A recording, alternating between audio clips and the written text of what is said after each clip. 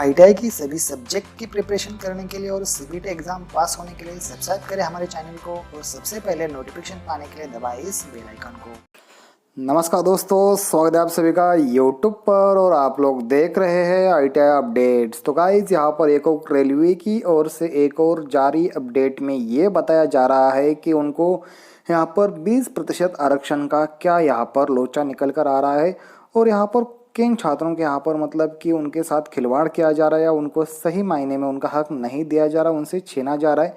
ये सारी चीज़ें हम यहाँ पर देखेंगे। तो सबसे पहले आपको क्या करना है, हमारी इस वीडियो को अंत तक देखना है और यहाँ पर आप अगर आप आईटीआई कर रहे हैं तो ये आपके लिए वीडियो होने वाला है, क्योंकि आज नहीं तो कल आपको यहाँ पर अप्रेंटिसशिप करनी है और जो छात्र कर चुके हैं उनके लिए भी ये ज़रूरी है। तो चलिए दोस्तों, देख लेते हैं इस लेटर में क्या क्या चीज़ें आई हुई है। सीसीए के नोटिस क्या है, इसमें 20% का क्या मौका निकल कर आ रहा है और क्या चीज़ें मिलने वाली है नहीं मिलने वाली, इसको लेकर हम आपके साथ यहाँ पर इस मुहिम के ऊपर जुड़ चुके हैं। और बहुत सारे रेलवे के जो यहाँ पर जोनल रेलवेज़ है और उनके यहाँ पर जोन है वहाँ पर यहाँ पर 20% तो आरक्षण लगभग मिल ही गया है ग्रुप डी में। तो आपको भी जल्द ही यहाँ पर मिलने को देखने को मिल जाएगा सभी की सभी जगह। तो चलिए दोस्तों, लेटर हम यहाँ पर ओपन करके देखेंगे।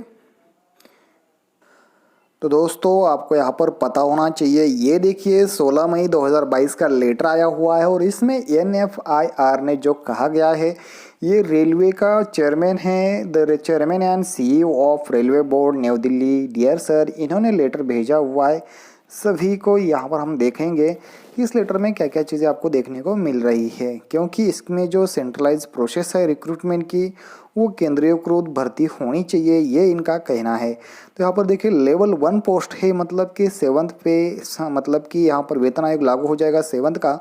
तो देखिए रेलवे की एम्प्लॉयमेंट नोटिफिकेशन है 1/2019 की, उसमें 20% वैकेंसीज रिजर्व होनी चाहिए थी आईटीआई के सीसीए छात्रों के लिए।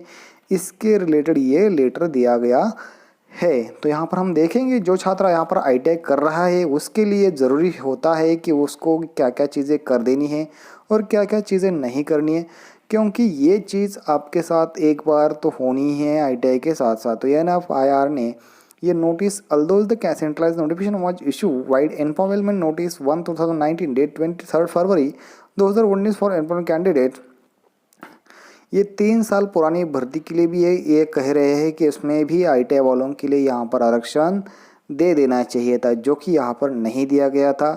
तो ये सही वही चीज़ें यहाँ पर बोल रहे हैं कि the regular situation has been the case of candidates apply under employment notification 2019 की where under going act apprenticeship training at the time of submission of application, thus eligible, consider the employment against 20% quota reserve courses CCAA how they are part of applicants.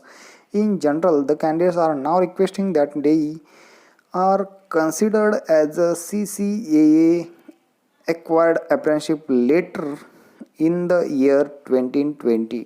अब देखिए ये 3 साल की भर्ती हो चुकी है, तो उन्होंने इसमें यह कहा गया है कि अगर 2019 में आईटीआई के बिना छात्रों ने अगर एग्ज़ाम दी हुई है तो उसको भी उसमें काउंट किया जाना चाहिए।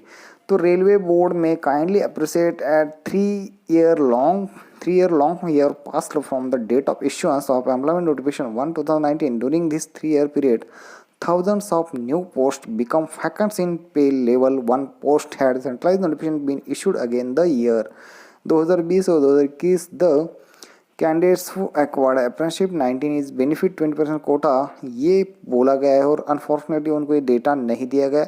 The issue and arisen those applicants for training of CCA ITI qualified छात्रों के लिए यहाँ पर बोला गया है कि 20% कोटा आज से 100% देना ही चाहिए, नहीं तो इसमें से कोई भी फ़ायदा नहीं होने वाला है। क्योंकि यहाँ पर सीसीए करके मतलब कि ये जो केंद्रीय एजेंसियाँ है ये बहुत सारा काम निकलवाती है, ऐसा ही कहना पड़ेगा।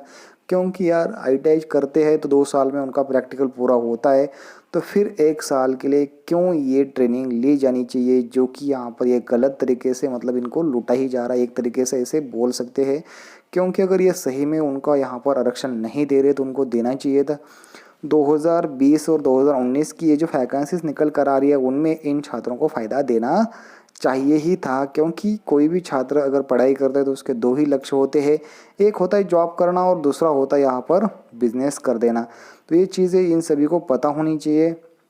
तो देखिए, apprenticeship in the year 2020 such applicants deserve to be considered against 20% vacancies against the NFIR। इन्होंने इनका यहाँ पर हक जताया है। तो गाइज, अगर आपको हमारे वीडियो अगर पसंद आते हो तो चैनल सब्सक्राइब कीजिए, लाइक कीजिए, आगे के अपडेट्स हमारे चैनल के साथ जुड़े दोस्तों। थैंक्स फॉर वॉचिंग, मिलते हैं नेक्स्ट वीडियो में।